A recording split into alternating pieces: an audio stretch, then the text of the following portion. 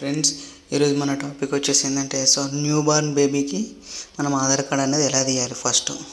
మనకి ఏమేమి డాక్యుమెంట్స్ కావాలి, ఎక్కడ అప్లై చేయాలి, ఎన్ని రోజులలో అప్లై చేయాలి చూద్దాము. ఇది మా బేబీది.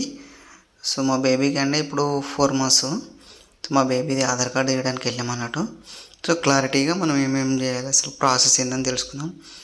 ఫస్ట్ ఏంటంటే మనకు కావాల్సింది, మనకు హాస్పిటల్ దగ్గర డిశ్చార్జ్ అవుతుంది కదా, ఆ డిశ్చార్జ్ అయిన తర్వాత బర్త్ సర్టిఫికేట్ తీసుకోవాలి.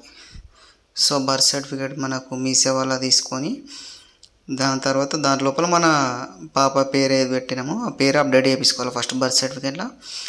అప్డేషన్ తోటి మనకు బర్త్ సర్టిఫికేట్ అనేది ఇచ్చేస్తారు ఎంబడే. దాని తర్వాత వచ్చేసి ఏంటంటే మనము పోస్ట్ ఆఫీస్కి వెళ్ళాలి. పోస్ట్ ఆఫీస్కి వెళ్ళి అక్కడ father Aadhaar card, mother Aadhaar card తీసుకొని బేబీకి అనేది ఫ్రీగానే పోస్ట్ ఆఫీస్లో ఫ్రీగానే చేస్తారు. ఆధార్ అనేది అప్డేట్ చేస్తారు. మా బేబీకి అనేది చేశారు. మనకు 1.5 month 1 month లోపల అప్డేట్ అవుతుందని చెప్పేశారు.